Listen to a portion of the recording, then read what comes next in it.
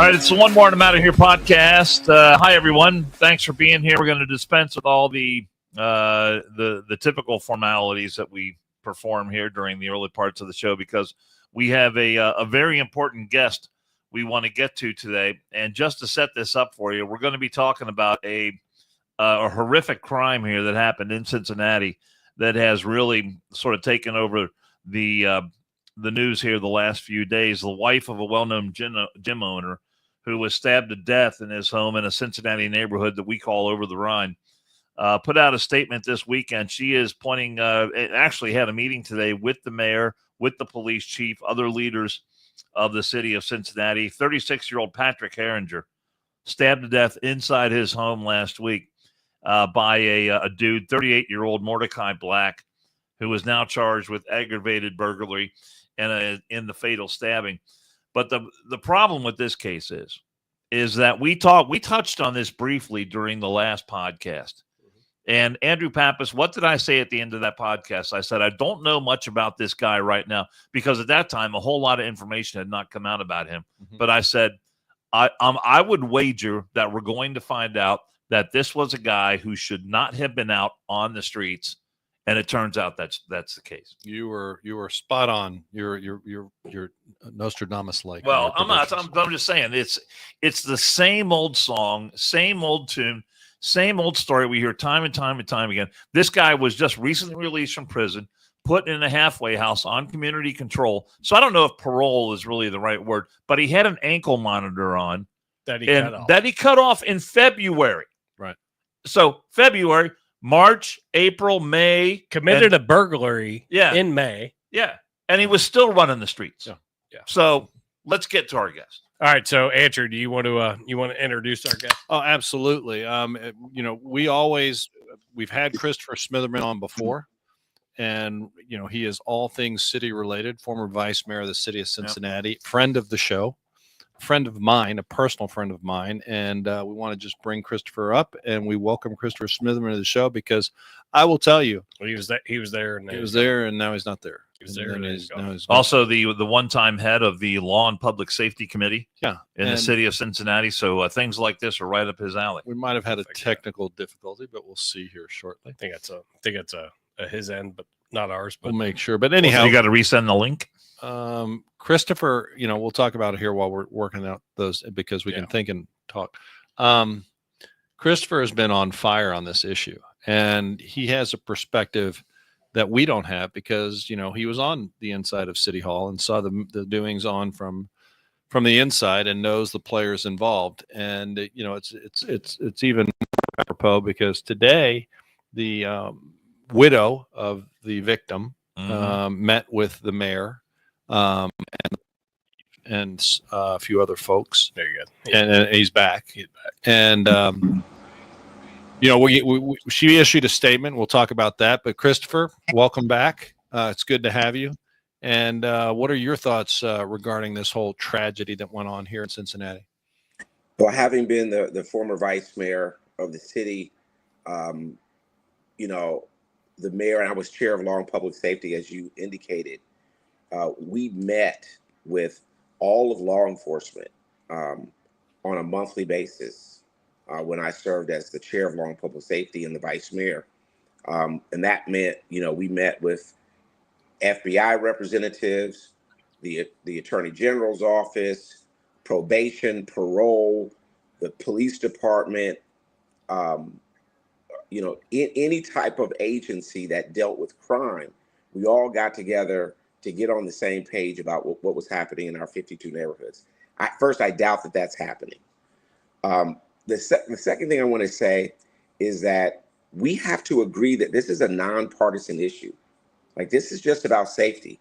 It doesn't matter whether you're a Democrat, a Republican, an independent, or charter right.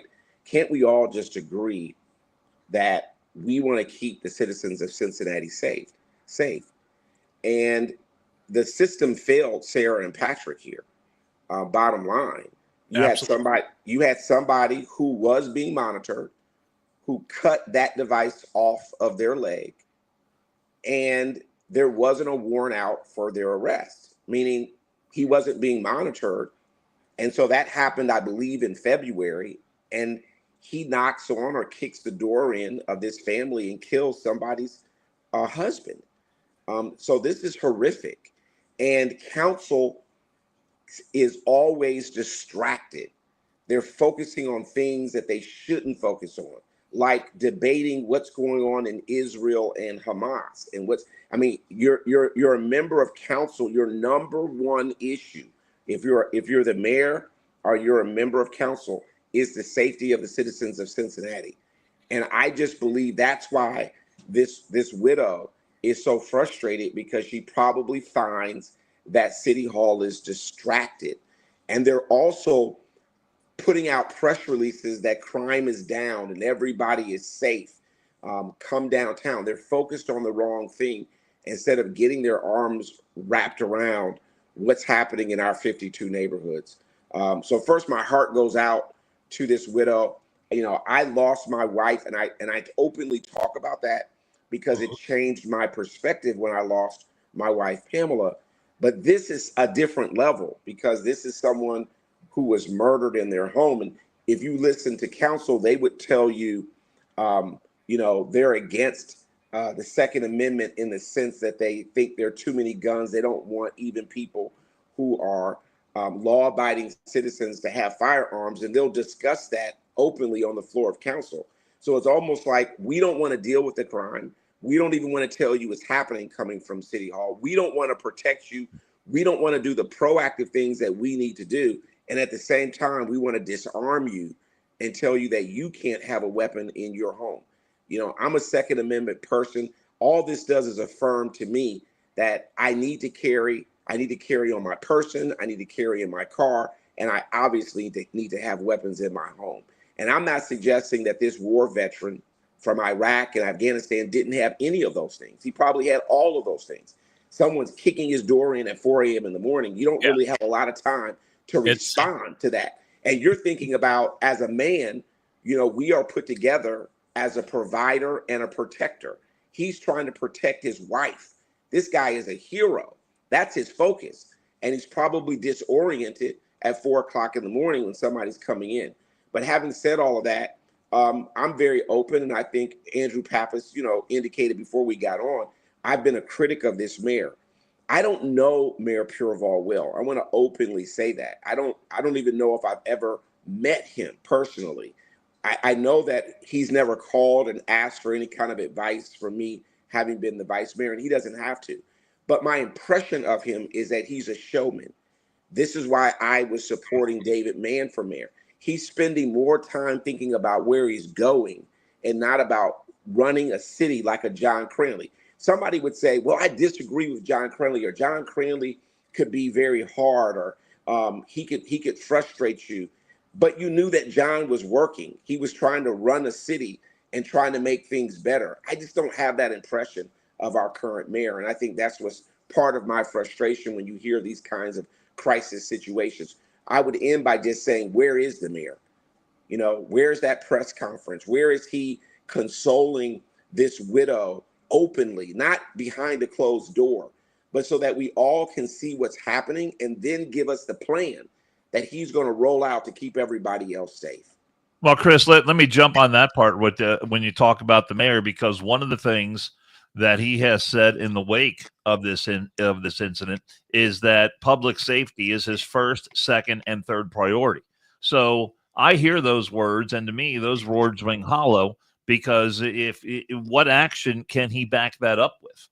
Where can he point to say, I've done X, Y, and Z to improve the public safety of the city of Cincinnati?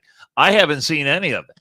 And then you couple that with the current prosecutor we have, the slate of judges that we have in Hamilton County, and to my way of thinking, it's almost preordained that something like this would happen. You got a guy, and who knows how many criminals right now see this, cut off their ankle monitors, knowing that there is little to no chance that they're going to be followed up on or taken back into custody the way you should be if you cut off an ankle monitor. No, I absolutely, totally agree with you. And we're looking for that. Let me just kind of make this statement about politicians. Me having been an elected official, and people would even say, I'm still a politician now. You know, it's not just what we say, it's what we don't say when you're an elected official, right? And so the public has to understand that. So what's really happening is City Hall is avoiding this crisis by not talking about it, and they're hoping that it's going to just go by, that this is going to be a 1 day, 2 day, 1 week story, and they really don't have to deal with it. Well, and so I it's really appreciate be another bringing this up. homicide that they've already dealt with. It's just another homicide, but yet you have a widow who is actually calling, the leadership out. Correct. Which normally does not happen. Correct me. That is correct. That's correct. And the system failed her. I would assume that she's going to hire an attorney, and there'll be some litigation. If she hadn't considered it, I hope she sees this show and she does. The system absolutely failed this family because the person cut the monitor for such a long period of time, and I don't believe there was a warrant for that person's arrest. But again, the frustration is City Hall is not focused on the things that they should be focused on, the basic services for the city. Let me also make another point. This is a defund the police council and mayor. This is a reimagine council and mayor. This is a council and a mayor that continues to castrate law enforcement. So the morale within the police department, they're not going to come and tell you guys because they know that they'll be terminated, that their morale is low. But look at a police-involved shooting that we recently had. Where's the mayor? Where's the mayor that stands on the mic with that police officer and says, you did the right thing and I support you? You've got a prosecutor that has convened some type of panel that basically might indict this police officer. We don't know. That police officer's life is in limbo right now. My point is that's what tells you that this is a mayor and a council that will not support law enforcement, and they understand it very well. They're never going to come on a show like this. They'll never say it. The FOP president would say it, but they're not going to say it. But if you talk to officers on the we're sidewalk, hoping to have them on here, hopefully in like maybe 15 minutes. Mr. Cobra may be coming on. Hopefully, he will lay it down. And know that and know that. And hey Chris, you want to know where the mayor was when Deputy Henderson's funeral was happening? He was at one of my best friend Dan's son's graduation. He was there, but he was hightailing, with his his hair slicked back, made the statements that all the mayors do to the new police officers that are coming onto the streets. Went to the funeral. But then after that, crickets. Nothing. Yeah. You didn't hear shit. I listen. I've been a fairly level critic of this mayor. I think you nailed it at your opening remarks. Absolutely. This mayor, since the day he got elected, he has had his eye on the next seat that he wants to occupy. He is not content with being mayor of Cincinnati. That's not his intention. He's looking at the next rung up the ladder. He was at the Democrat National Convention, center stage for the most part, just yucking it up. And I think he had a beard going back then. It was kind of scraggly. It was a nice effort, but it doesn't work. I don't think he's got the testosterone to have that. But I'm just saying his silence on this issue, Christopher is exactly right. They do not support the police. The police don't feel supported. And to be fair, leaders lead. And I'm not seeing any leadership quality coming out of this mayor or this council when they are, I think they feel like they're scared. They cannot be pro-police and anti-criminal because I think they're afraid they're going to piss off one of their core constituencies. Now, I'm not sure. That's my speculation, but they should be so much more vocal on being pro-police. The fundamental function of government, Christopher, back me up on this, is public safety. That is the fundamental. It's not toys. It's not shiny bells. It's not streetcars. It's not little, it's not even stadiums. It's public safety. If you cannot, we live in a community of people. And one of the things we give our government is the power to keep us safe. They have the power to carry guns. They have the power to, drive fast with their lights on. I mean, they have a lot of power that we give them, and we expect to be kept at least not totally safe, because we don't live in a police state, but there's a level of safety. And I think I'm right. going to, and I'll add on to that. And the fact from the fire side, outside of the police side, public safety, all the way around, police, fire, EMS. Right. And guess what? If there's an ambulance that takes too long to get to your house, guess what you're doing? You're making a phone call, right? Oh, I'm getting an attorney. I'm getting an attorney. The fire truck takes too long. Cops take too long. Everybody is so, and like you said, the litigation part, but so we don't live in the city of Cincinnati. So we have people all over the country that are listening, Chris. So I'm just look, if I were the mayor of the city of Cincinnati, first, I would be at as many roll calls as possible. I would be doing active public ride-alongs. Ride-alongs, yes, thank you. With the police, because what you want to convey to the 52 neighborhoods is that public safety is incredibly important, and that you stand with your police officers. If they don't feel that way, they're not going to do proactive policing. They're not going to, because they're going to feel like City Hall is going to Monday morning quarterback them. And that is very, very dangerous. And what's happening right now with the current situation is officers are feeling like City Hall doesn't back them. They don't feel like if I make a decision out here, a split-second decision, I could be thrown under the bus. My family could be destroyed, and that's not an exaggeration in the world that we live in. And this guy has a kid that just hit the streets 2.5-3 weeks ago. Oh wow! Look, first of all, thank you so much for his service. What is his name? City. For the city. What is his name? Hassler Carroll. Hassler Carroll. He's been a guest on the show. We love Hassler and super proud of him. But that is awesome. We told him, keep your head down, dude. Keep your head down. Well, we gotta keep lifting him up. And here's the other thing that I want to say is that I don't want to speak. I'm African American. I don't want to speak for all African Americans. I can't. I'm Christopher Smitherman, and I happen to be African American. But let me just be clear here. You're just a friend. That's right. That's right. The super majority, the silent majority of people that live in our 52 neighborhoods, white or black, or Latino, or Asian, I want to cover everybody, gay or straight, they want police. They want to feel safe. We have a minority of people that have loud voices that make City Hall think that that's the voice. It's not. If you talk to anybody in our 52 neighborhoods, from grandma to kid, law-abiding citizens, that's the super majority of people, they want the police and they want them supported. What's happening here is you have a mayor, as one of you just indicated, I think it was Pappas, that's interested in something higher. Yeah. And they're worried about their brand when they think about running for something higher.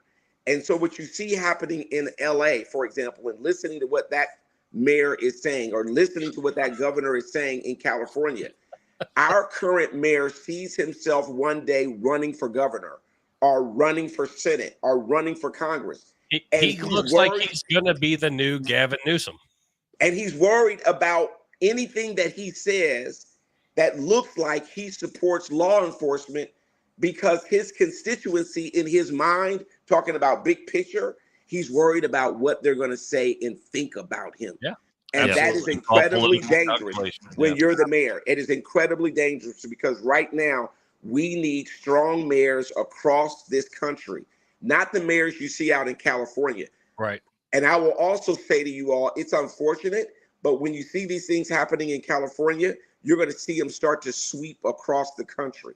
Well, it's already in the middle in Chicago. I mean, it's already hit the middle. So, I want your son to know. I want the Cincinnati Police Department to know. I want Chief Fiji to know that we support them. We support them doing their job. Yeah. We want them to go home. I will always be a voice for them. They're not alone. You all in your voices. If we all collectively say these things publicly, we can't be silent that we support our cops and we have their back. It's something that we really need to say a lot right now, because if this hits Cincinnati in our region, we want our officers to know, hey, you start setting things on fire in Cincinnati, we're going to show you how we roll here. We're not California.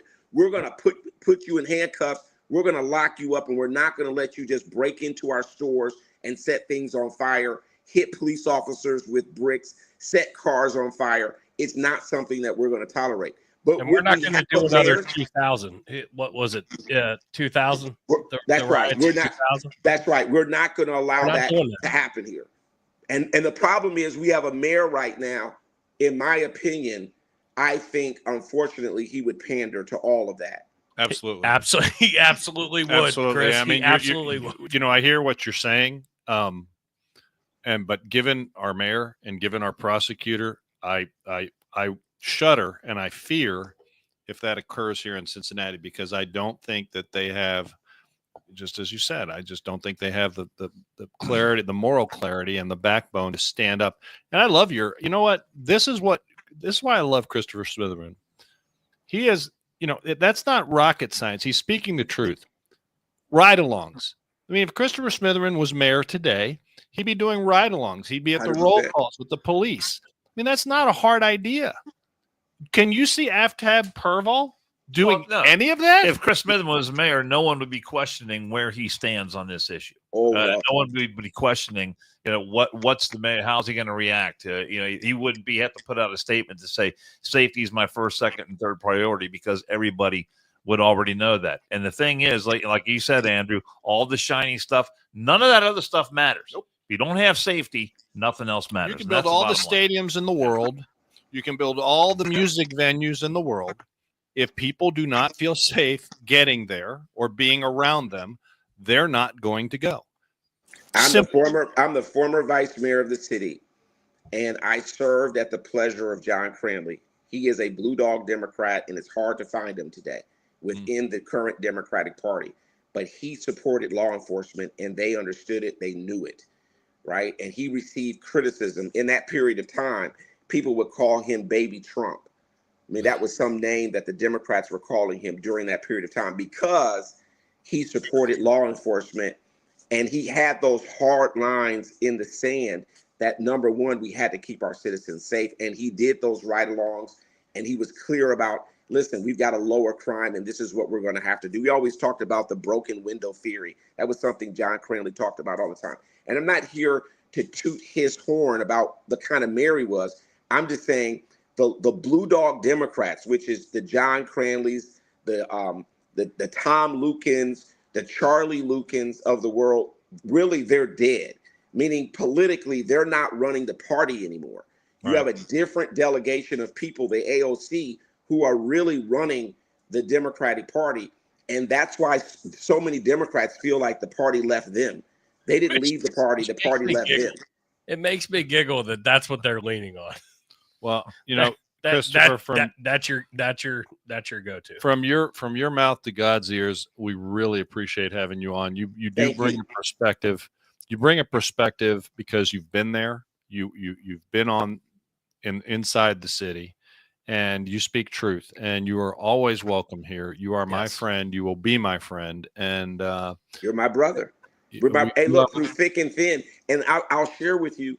We have to not allow people that are watching this, not allow the things that we see happening in California divide us by race.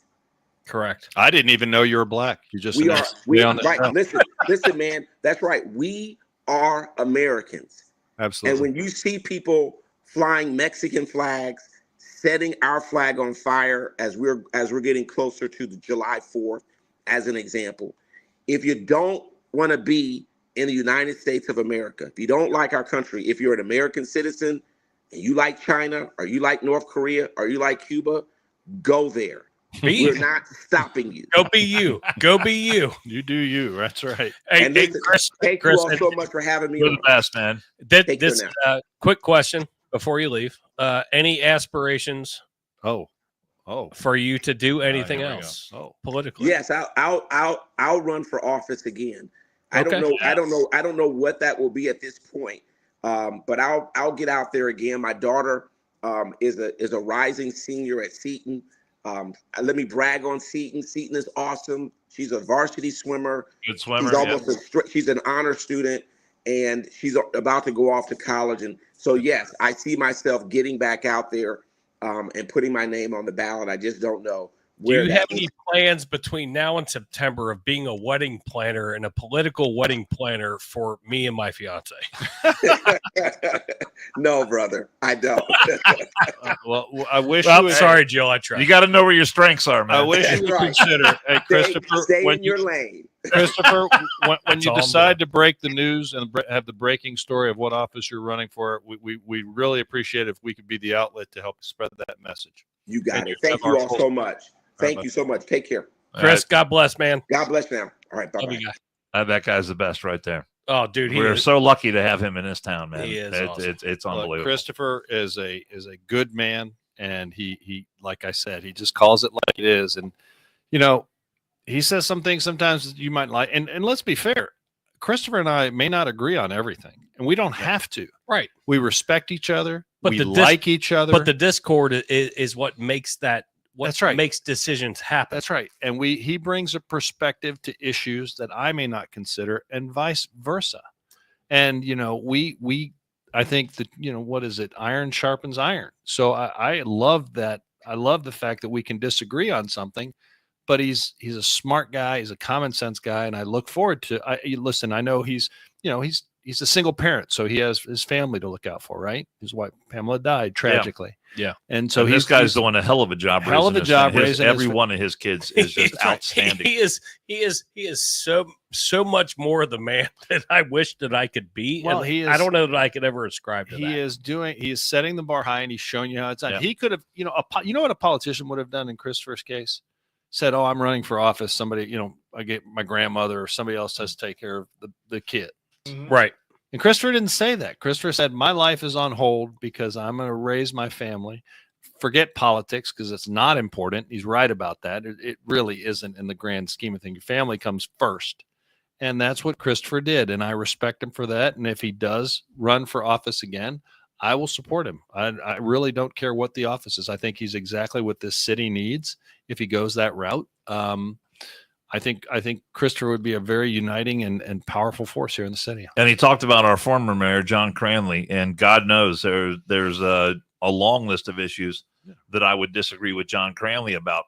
But the thing about Cranley is that whatever his position was on a certain issue, he would own that position. He would come out, he would speak about it. He would go on radio shows like mine and talk about it. You could ask him questions. You could find him.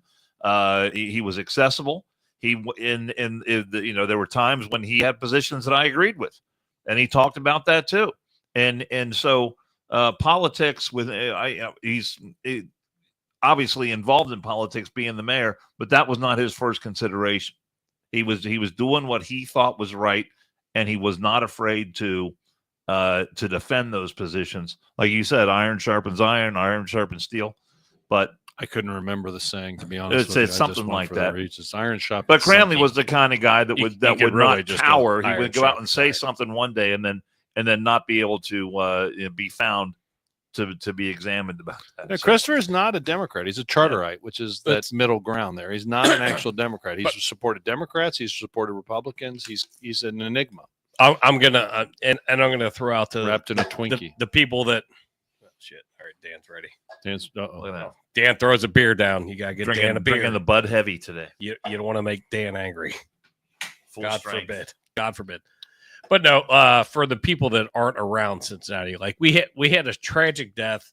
If you're just tuning in, or if you've been here, but a tragic death, and our Well, every death is tragic. Just as a little more. Yeah, I mean, let's be fair. Every murder. Do you want to? Do you want to cut apart everything that I say? I'm just Andrew? saying, the situation, the way The guy was in his house. He was in his house at 4:30 a.m. Yeah, and that makes it even more violating to me. And so I'm gonna play just a real quick, and then we're gonna go into the LA stuff. But hopefully I don't get an ad. Do I get an ad? I don't know if I.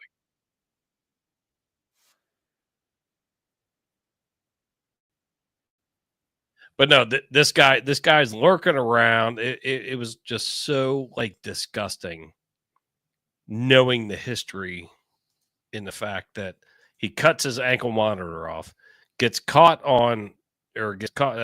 picked up for a fucking burger. All of a sudden, free.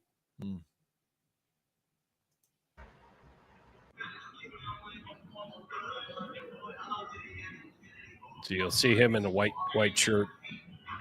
Yeah, I'm glad you're playing this video. Walking across the street. Yeah, watch. You For the audio listeners, he's walking across the street. This is just. I want you to watch his hand. You need to see what's in his hand. Yeah, and I can fast forward to that. He's a fast forward. No, he's not. No, he stops and ties his shoe. His shoes are actually different shoes, by the way. I don't know if you fucking notice this. But once it comes the up, thing to point out, if a police officer is, and I'm not blaming the police by any stretch of the imagination here, but if they're, this is, what time is this? 4 a.m., right? Yeah, this is 4 a.m. Yeah. If police officers driving around, they tend to look at people who are walking around at 4 a.m. because not many people, if you notice the street, there's not many people out, right? Well, that's what I'm hoping. I'm hoping our FOP president. So if there is a police officer that's driving around doing proactive he literally policing, has a knife. He literally is walking. That is a knife in his hand. And there it is, right there. And it's probably every bit of. Yeah, it's a big knife. A 10 to 12 inch knife. It's a Ginsu. I mean, that is a big blade. You do more cooking than I do. So my point is, any police officer seeing that guy walking around at any time, much less 4 o'clock in the morning, with a knife in his hand, would stop and say, "What are you doing?" So, and that is one of the things that is being brought up, and I'm hoping that Kenny can come on, was supposedly, and I don't necessarily trust this information, but there was one officer in over the run. Well, I don't know that that's fucking fact. They have it's well known that they're short police officers. They are short. That's a fact. Staffing shortages happen everywhere. Yes, I understand that, but I mean, they're short officers.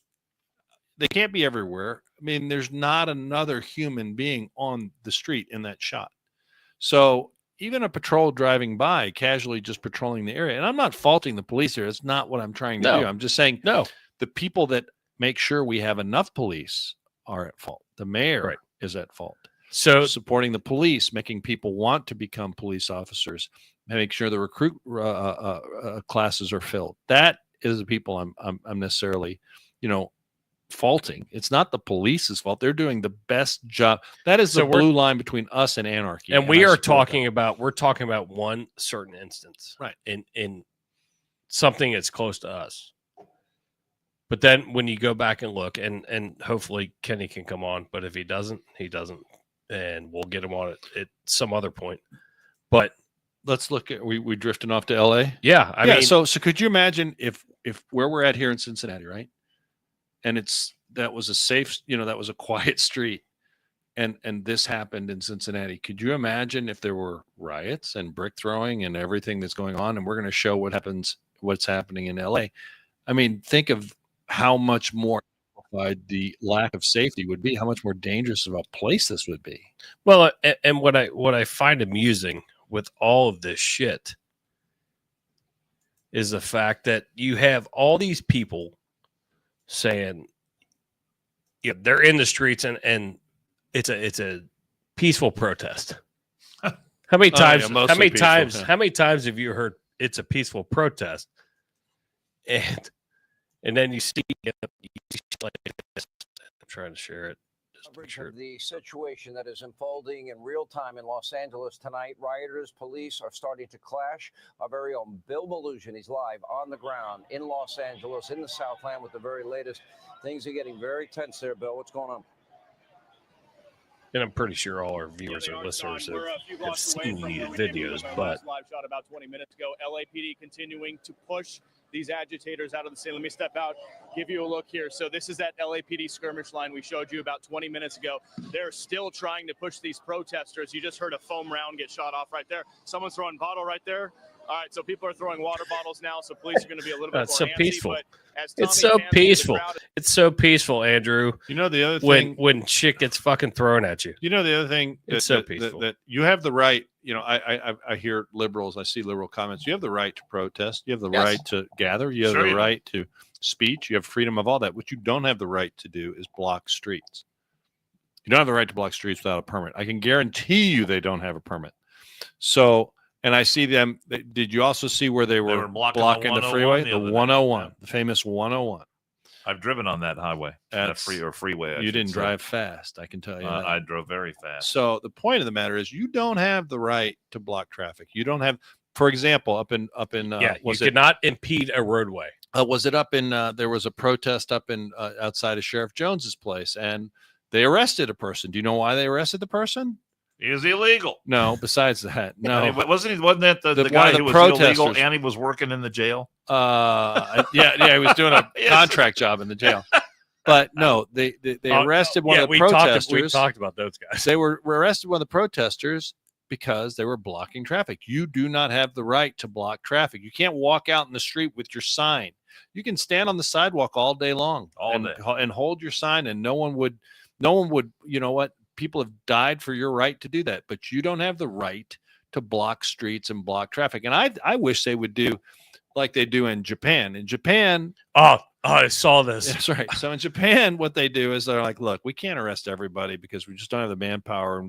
And it's hard. You know, you've seen these protesters on the streets, on the Those freeways. poor guys are just trying to get back to their families, Right. And gals. So what the Japanese do is they take dye and they put it in the water cannons. It's the fucking greatest And then they thing shoot ever. you with the big blast of water. And then they're like, hey, if you're blue, like a couple days later, you're walking around and you're blue. Because it doesn't just- come off. Yeah, it doesn't come up. They just grab you. They're like, okay, come on. You were there. Yeah, you were They're like, there. oh, no, Yeah. I wasn't. Time to Well, bullshit. Hey, you're guess what? blue. Guess what? You fucked around and you found out. There's so many instances of that online. I want to play this video. I want to play this video for you guys. And it's just how the CNN anchors get roasted to where it's all peaceful. It's all good. Yeah. So I found A long clip or no? It's not that bad. I don't know how long it is. I think this one's about 2 minutes, isn't it? Yeah, it's probably 2+ minutes. we don't have to play the whole thing, but we'll play a bunch of it. The LA County Police say that they Oh, you fucker. A high quality. We knew we'd get kitchen in there. knife as a You gift for son less of than a 20 bitch. bucks. Holy shit, it's amazing. Son of a Seriously, really this good is a knife. one-time That thing. is a So good knife, don't. though. the Not LA as much as County ours. Police say that they have it under control. And Governor Newsom says Well, it sending looked like National that, Guard. What's his name? Governor We saw the Governor videos. Newsom says that the National Guard, at least I sending forget. them, I is like him, though. purposely inflaming He's and will that only new, that new escalate senator tensions from, there. Well, Well, words are cheap, looks like Conor especially when you McGregor. got video. And so Cool, you asked Montana. me, did it look like it was under, or I'll ask you, did it look like it was under control? Yeah. It doesn't. Mark It Wayne is Mullin. absolutely not in control. You saw rioters throwing rocks, throwing fireworks. Think about this. They were literally out there protesting, carrying a foreign flag. That is absolutely insane. I mean, they're not just peaceful protesters. Well- These are illegals. These are exactly why the president is trying to secure our border. I just want to just state for the record that what did happen in 1992 was so different from what we're seeing now. I mean, that was a real riot that went all across the city of Los Angeles. This is a situation where the Well, LA County Police. Dana, if It's you're- not if you good, have but they're saying people that they have it under that are- control, and the president is sending national troops, Dana, you federal and I troops can in a look way at that this. We can look at hasn't this been and done we in can a long obviously time. see that it is not under control. And a riot is a riot. They're throwing all types of objects at law enforcement, and the president is absolutely right. What you're not reporting on is the violent and the destruction that's occurring there in LA. What you're not reporting on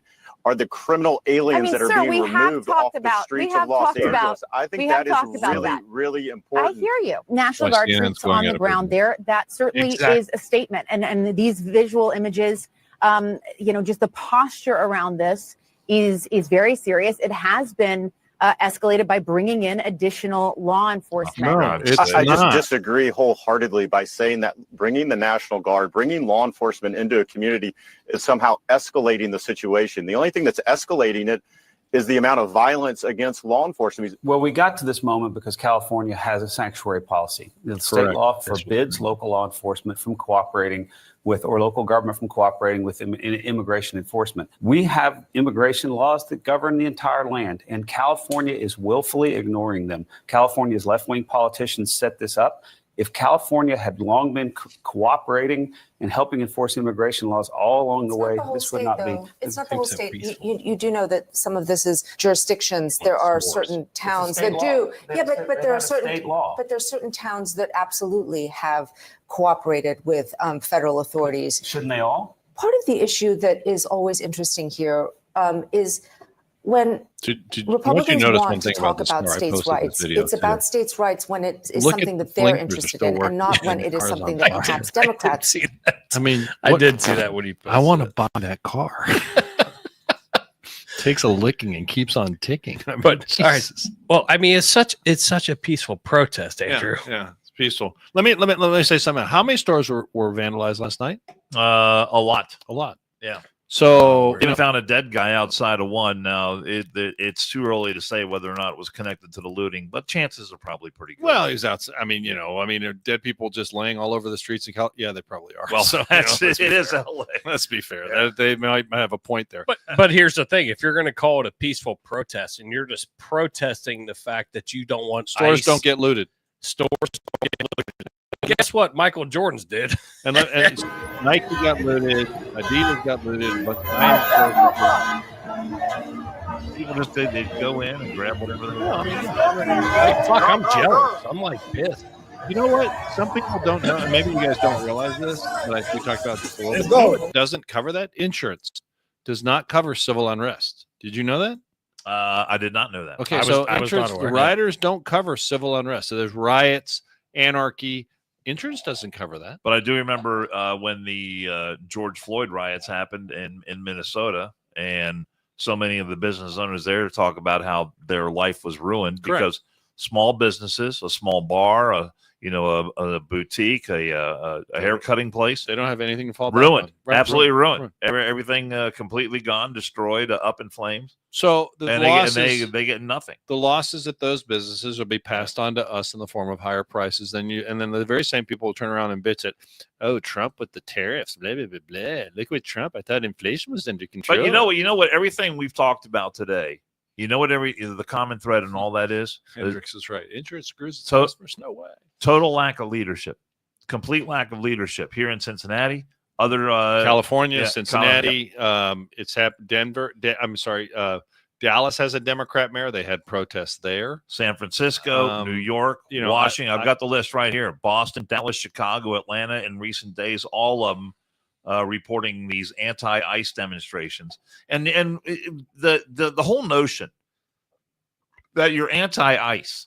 They are going around. Tom Homan is going around kicking out of this country the worst of the worst. Exactly right. People who have been convicted. Not all, of but murder. 9. I would say the over New York, because some will point to maybe 1 or 2 that they're like, oh, he just overstayed his visa, or oh, he was here for years and years. These people, like 1 or 2%. The vast majority, the people in LA that they're protesting over, rapists, murderers, gang members, drug dealers. People who involve themselves in drive-by shootings, just doing the jobs normal Americans won't do. The mutilation and the molestation of kids. I mean, all that kind of stuff. So I pray that this doesn't spread, and I think that Trump's response is exactly what was needed to set the tone for the rest of the country. If you do this there, I'm going to do this as well. Can I give you an example of the kind of thing that people like us are up against?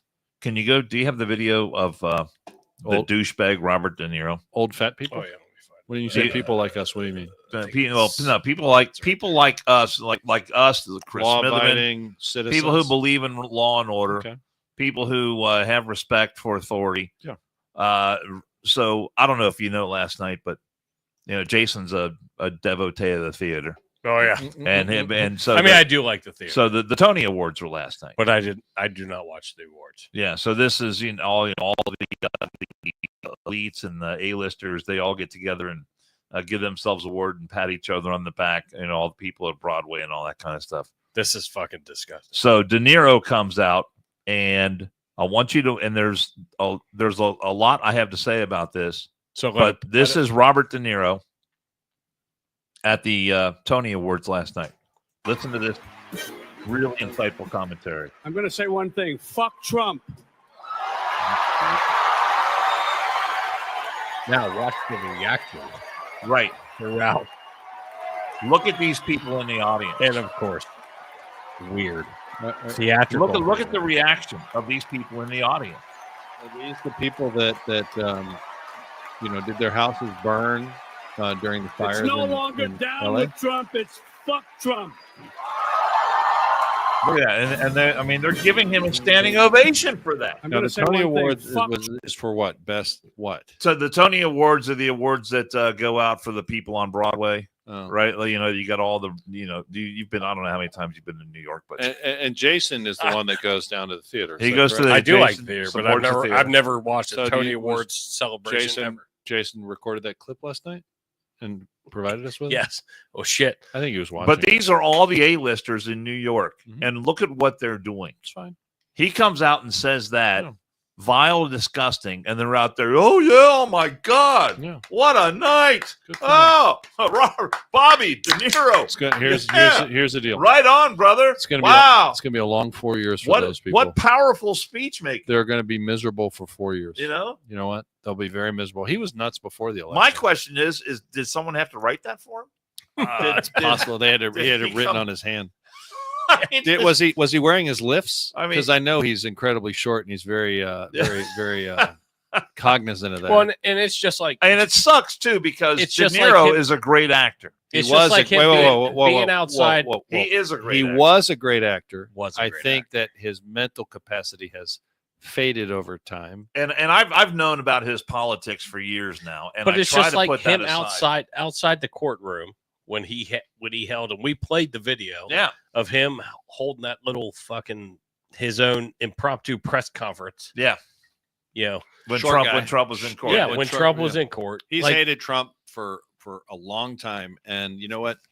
I hope that I hope this ages, his hate consumes him, and he's just ages exponentially. But the beautiful thing about that is Trump never says a word about De Niro. De Niro's irrelevant. Trump could care less if De Niro is alive or dead.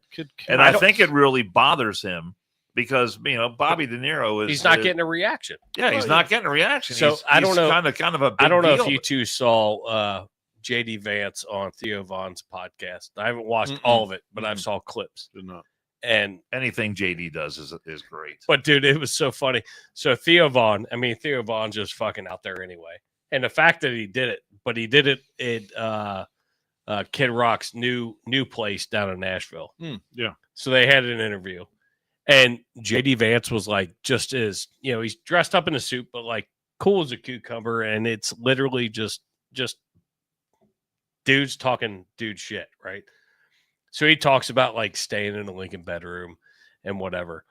And just seeing how like he made the statement and he's talking about when he stayed at the White House to what he was told. And he was like, I don't know that it's fact, but it's the only time the president and the vice president have ever stayed in the White House at the same time. Oh, so Trump invited him and his wife to stay in the Lincoln bedroom.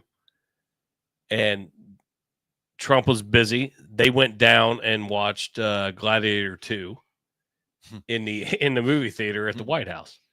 And he was like, dude, it was fucking fantastic. Like, it's Movie wasn't great. Have you seen? I've not seen Gladiator. It's 2. not. It's not that. And I'm going to say exactly what JD Vance said. Not nearly as good as Gladiator. It's okay. It's not that good. Yeah. Isn't Denzel Washington? Yeah, Denzel Washington's in it. He's a bad guy.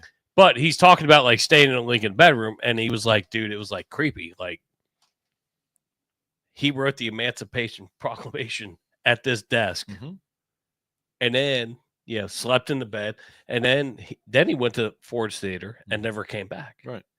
And he was like, dude, it's like a little creepy. How about that? But he was sitting there, and he's sitting there talking like just like us three would be sitting here bullshitting. I think Bill Clinton's experience in the Lincoln bedroom was slightly different, was it not? Well, that was the Oval Office. Well, that was probably more than one House. Location in the White House. Well, you don't know that for fact, so you can't say that on this podcast. We don't know that for fact. Just throwing that out. We don't know that for fact. Allegedly. Pappas is a historian. He might know that. I'm reading. But it was, I mean, it was so cool to hear like JD Vance saying, like, he goes, Trump is so stoic. Like, you don't see him get flustered. He goes, even when we have things going on during the day of the elections, the night of the elections, he goes, he wasn't worried. You didn't see anything. He was like, dude, I was freaking the fuck out. And JD Vance will talk like on these podcasts, he'll talk, pretty loose and not, be all vice president. Not stiff. He's not stiff. Yeah. So he's like, dude, I was freaking out. Like my boys that I brought in from Southwestern Ohio. They were there. I was freaking the fuck out. He was like, Trump's just sitting there, just waiting. And he's like, that's the way he works. Like, he does not get flustered, which I thought was cool to see, especially on a Theo Vaughn podcast. It's not just him on Fox News, right, sitting there, all upright, stiff. He was relaxed, and it was. I haven't watched all of it, but I've watched a lot of it, and it's pretty cool. And if you guys haven't watched it, you should. I will definitely check it out. It's the same JD Vance that the protesters like to, when the guy comes in town for a moment, they like to gather outside his house and cause mayhem. Yeah, same guy. Yeah, that same one. And they screw up the traffic all the way, down there on Columbia and up that street there, and they're like, "We're gonna show JD Vance," and I'm like, "Just get a life." A bunch of idiots. A bunch of idiots. I mean, yes, you have the right. Here's the deal: you have the right, but sometimes you make just because you have the right doesn't make it right. And so let the guy be. I mean, you know what? I don't want to see downtown Cincinnati become the hotbed of protest. And when you're here I figured out I got the solution. When you're going to test that theory. So Father's Day is this weekend. I thought I was getting, by the way, happy Father's Day to all the dads out there this weekend. Men's night coming up, the swim club, big poker game. Living and past. You play poker? I do not. I have no vices. And so no, the reason I was mentioning it, so did you guys see there's a big protest planned around Not Our King or something like that? It's around the country. Is it on the 14th? It's on the 14th. Yeah. Do you know? I've caught wind of that. Yes. Do you know who one of the biggest funders of that is? Not George Soros. Who that be? It is the heiress to Walmart. Ah, yes, I heard about that. Someone was making the claim that there were a bunch of these masks dropped off for protesters. So because police have been firing the tear gas and the other irritants, there were, and they said, and the masks come from Walmart, and the heiress of Walmart is the one who was behind this demonstration that's planned for the 14th. Funding. Or whatever. She was the richest person in the world. Now she's only worth like $14-point-something billion. Yeah. Oh darn! And so she's a Walton, right? She's a Walton. Yeah. I don't know if it was by marriage or blood, but Walmart. I just found it hilarious that a fairly conservative company back in the day, and currently still for the most part, Walmart's not known to be politically active, and their heiress is now front and center with this protests and Saturday or Sunday. I just hope this doesn't. My point is, I just don't want this to escalate here anywhere. I don't want these protests to get out of hand. Yes, you have the right to protest, but keep it legal and don't break the law. And you damn well don't have the right to block a freeway or any roadway for that matter. I'm gonna play a sponsor clip real quick. Oh, that's a good idea. Since we're getting towards the end. Hi, everyone. Dan Carroll here. Time to tell you about a great new sponsor for the One More and I'm Out of Here podcast. It's Murphy Engraving. Murphy Engraving is the place to go for your business, industrial, and personal engraving needs. Take a look at the Murphy Engraving page on Facebook, and you're going to see all kinds of unique items that really seem to take on a life of their own because they've been customized with an image, a name, or a logo, and all of it just really beautifully done.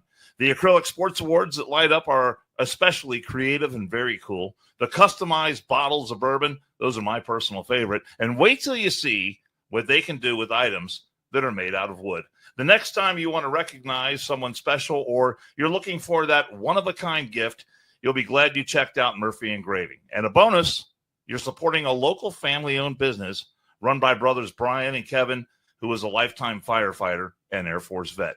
At Murphy Engraving, they turn the ordinary into the extraordinary, and at Murphy Engraving, we are American-made. Can I just at this point say congratulations to Riley Gaines? Oh, I got Riley Gaines. Actually, before you go there, okay. Before you go there, because I had one like real funny clip, and I got to figure it out because this is going to go with your Riley. Okay. Lost it. Was it Stephen There A. it is. Smith? There it is. Oh, okay. So with everything going on in LA, I saw this and I giggled last night. I was like, oh, let's send this to while you're watching the Tonys. No, while I was watching Bobby De Niro. I was I watching call him Bobby. I was watching Bigfoots Bob. and Yetis on TikTok because that is the wormhole that I'm in now. He fell down that wormhole, and I fucking love it. I laugh so goddamn hard. Every day.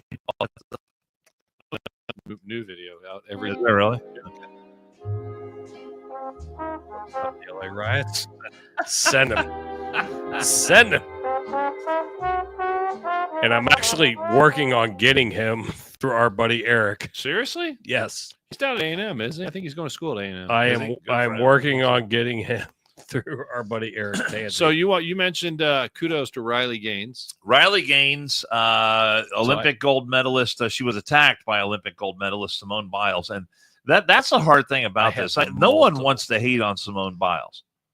This country cheered for her and rooted her on to victory. Before you say time and time again. Before you say what? That there was a flip, I have this to play because she was.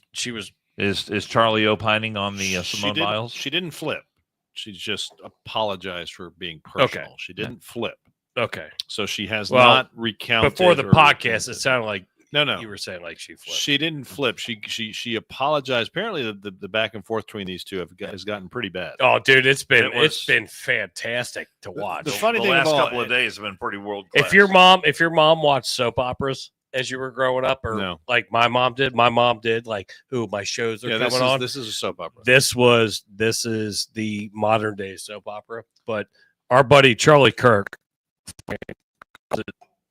we know he calls it as he sees it. Well, let's hear what Charlie had to say. I like Charlie. Everybody, turns out Simone Biles just exposed herself as a massive fraud. You see, as trans people continue to dominate in women's sports, this weekend, Simone attacked Riley Gaines for pointing out glaring facts about a certain pitcher on a women's softball team who just won a state championship. Mm-hmm. Simone acts as if she's a defender of trans athletes, but the internet did its thing from a little while ago and found an old tweet from Simone back when she was a more honest person. See, in 2017, she tweeted, quote, "Good thing guys don't compete against girls or he'd take all the gold medals." Looks like sad Simone actually does understand the problem. Mm. Now, look, this is very important. But has she sold herself out to the woke left? Why is she doing this exactly? Everybody knows Riley Gaines is right, and we stand with Riley in everything that she's doing. Hey, Simone, how about this? How about you go and try and compete in men's gymnastics and tell us how that works out? Oh, wait, that's right. You know exactly how that would happen. If there wasn't a separation between men and female gymnastics, no one would ever even know your name. Honestly, I'm disappointed that you are not standing up more for women's sports, and it's letting a lot of people down, and this will be your legacy. Can't disagree with that, can you? To her credit, and I'm going to give Simone Biles great credit on this, because I do not want to. That's only dislike Simone Biles. I don't want to hate on her. I don't want to root against her. That's only one clip. And I don't have another. I mean, I have this one that I could roll through, but it has Stephen A. Smith. But it has the tweets. But I'll bet he's got some great takes on this. If anybody's paid attention and know, between Riley Gaines and her, like there is a where's that?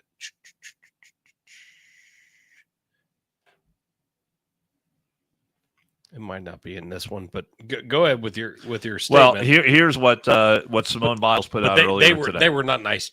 They were not nice to each other. No, they were not. Simone Biles put this out on the X. I wanted to follow up from my last tweets. I've always believed competitive equity and inclusivity are both essential in sport. The current system doesn't adequately balance these important principles, which often leads to frustration and heated exchanges.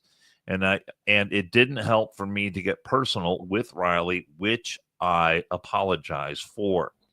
These are sensitive, complicated issues that I truly don't have the answers or solutions to, but I believe it starts with empathy and respect. I was not advocating for policies that compromise fairness in women's sports.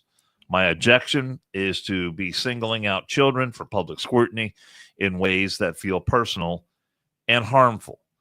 So that's the statement from what's so complicated. Simone Biles. I just don't. I listen. I appreciate Simone Biles. I think she's an amazing athlete. Yes. I think she has gone through a lot. I just don't know what's so complicated about saying that men should not compete against women in women's sports. Well, why is that complicated? I believe at one time she was on that side, right? But she's apologizing for her personal attack on Riley Gaines. Well, okay, she pretty much told her, and I'm paraphrase, completely paraphrasing, where she was like, "Well, let Riley Gaines compete against a man. Well, they're probably about the same size." Yeah, she said, pick on someone your own size. Pick on someone your own which size, coincidentally would be a guy or a man or something. Which like would that. be weird because Riley Gaines is a swimmer, very broad. I mean, most female swimmers are muscular, broad shoulders, and fucking ready to rock. But I don't, Riley Gaines. I mean, my perspective on Riley Gaines is, yes, she's a swimmer, but she's still a very attractive young lady. I mean, she's a woman all the way around. It's not like she's a 100%. It's not like she's not like she's an Amazon. She is not. I'm going to start this. I don't know if this is the clip, but I'm going to start it and we'll see what happens. If I unmute first. Of honesty to anyone with a moral compass and to anyone with an inherent, innate desire to protect women, to fight for equal opportunity for both men and women, especially as it pertains to sports. She's basically incinerated her legacy in just 2 tweets. So congratulations, Simone Biles. No, I thought I had the other clip. Jason's right. It got personal and it was nasty. It did. It was bad. Catty, I guess, would be a good term to use. But she apologized for it. Whatever. Doesn't really change the fact that she inserted herself, I think, foolishly, because I want to respect her and I want to remember that she was a great athlete. And just like I used to respect and like the job as a sports commentator that Keith Olbermann used to do. Oh, for God's sake. I mean, it's another guy that opened his mouth, went into the political arena, and now I have less than zero respect for. He is a troll. He is useless. He's not smart. So Simone Biles entering herself into this discussion, I find it perplexing because she just didn't need to go there, and she did. Well, she admits in this apology, and the way I'm reading this and the way this is worded, she's talking about how she doesn't have the answers, and she believes it's a complicated issue. It's not complicated, and I think she is admitting that she does not have a full grasp on this issue. Then why did she insert? So I would certainly hope that her and Riley Gaines get together and Riley Gaines has a show on Outkick now.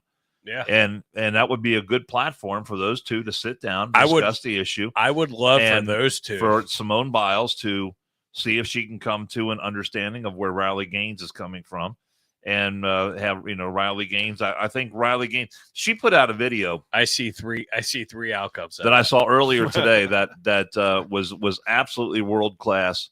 And she was not disrespectful to Simone Biles. I mean, she's got great respect for the athlete and the person that Simone Biles is, and the troubles that Simone Biles has been through. Right. And so Riley Gaines was totally respectful of that. Just a great statement by her. And I think if those two sat down and could come to find some common ground on this issue, I think that would be a very powerful statement for this entire movement that has really been spearheaded by Riley Gaines, to just stop the blatant unfairness of grown-ass men competing against girls and women. Well, look, it's just, you know what's funny here? Hold on real quick. This is funny. And I don't know if this is going to get this kicked off YouTube. So Cincy was asking a question. Cincy does her about bad example, or I'm sorry, which one was it? You didn't like your Rittenhouse picture? Yeah. So I replied, I said he was proven innocent, solved the problem. Oh. And it literally, YouTube just kicked it back. What do you mean? You're looking exactly at what I'm looking at. Huh. He can say incited violence.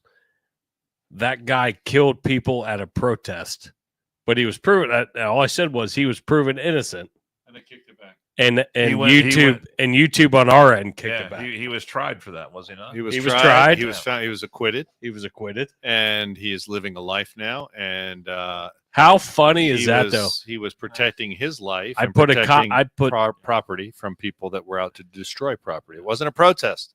There's a difference. I think 513 can't understand the difference between a protest and a riot. I really do. And apparently neither can YouTube. Obviously, does 513? I just want to understand something. Does 513 is his logic that every riot is a protest? I mean, when does it cross the line with him? If it's his house that's being broken into and his property is being destroyed, it's just so funny. Would he he kick that back? I wonder. Or will he understand that the people that are stealing and breaking his shit somehow deserve it more than he does? Only understands it as long as he's getting his way, it's good. As long as someone like us, if we get our way. Dan, what do we call people like that? I'm sorry. What word? What, libtards? Well, that, and you used another, imbeciles is the word you used the other day. And I call him a hypocrite, but I did use the word retard the other day. You did, and we should not steer clear. We should steer clear of using it. Okay. I mean, I'm not going to be too politically correct, but look, like I said, it's going to be a long, hot summer, and protesting is fine. You have our buddy John. Don't bring your weak ass protests to Cincinnati. Don't come our to buddy Cincinnati. John Bates, especially Anderson. Our buddy John Bates said, "You know what? You should have renamed this podcast instead of Escape from LA. Should have been Escape from 2025 edition because we have a great picture for that." Well, that was on the Instagram. It was, but he goes, "You should have put it the Summer of Love." Can we wait? Can you just flash the Instagram picture? Can you flash it, or can you not flash it? Let me see. Because I just want Escape from New York. That was a good movie. No, but this we're talking about. So Snake Plissken was there. Too. Snake Plissken. Oh, I got it right here. I did save it. So I mean, I just want everyone to know that it's Escape from LA. And if you're stuck in LA, look at that. I mean, that's Snake Plissken. He is that was the sequel to Escape from New York. It was. Right? I never did see it. You know what? He is a bad hombre. Look at that. You don't want to mess with that bad guy. Hombre. Was it the same sort of plot? Horrible plot. Horrible. I actually wait. It was worse. The plot was worse than the first one. If that's possible. I'm serious. John what? All right. So. Oh wait, you didn't get dinged for that? Did he go to prison? No. Oh, fuck off! This is deep. But oh, as we Wait, end, in he's like Robert De Niro, isn't he? Since the 513's approached the intellectual capacity of Robert De Niro. Plagiarizing De Niro. You guys deny anything wrong even happened on January 6th, or it was caused by anyone else other than the Did we talk about January 6th today? How many right wingers are in LA fucking blowing stuff up, throwing it's explosives free Nike shoes. You are a fucking retard, bro. Like, I love you. No, I don't. And I love to hate you. No. Jesus Christ. Oh my God. You know what though? It's like I don't even know. 513, your comments do make us feel smarter because they are so dumb. So I do appreciate you making us appear smarter than we may actually be. We will please keep commenting. We'll be back Friday. At least two of us, maybe three, if he can phone a friend. Well, I mean, I'll be happy to remote in. I'm gonna, it's Father's Day weekend, as I mentioned. Good to see my pop having some going through some health issues, and he's 90 years old. So I'm glad your dad is still on this earth. Prayers up. So we'll be there, and I'll throw this negative Nelly out that it's the 33rd anniversary that my dad. I saw that, and you know what? I not only did I like it, but I hearted it because that is a it's nice that you honor that. I recognize it every time, and what I put on my Facebook page is like, man, the things we could have talked about. Can we look at Snake Plissken again? Because that guy was sexy. No, he combined sexy. Friday around. He lost it. He had more of a chiseled appearance in the first. That's not true. That's not true. Well, yes, it is. Oh God! I mean, that was like sexy and badass. I'm gonna have to mute intellectually. He looked like he was a genius. Donald Pleasant. So funny thing is, Friday around 5 o'clock, we're going to be back at you. But hey, we appreciate you guys. Download, subscribe, throw out a review, a like. Please do that.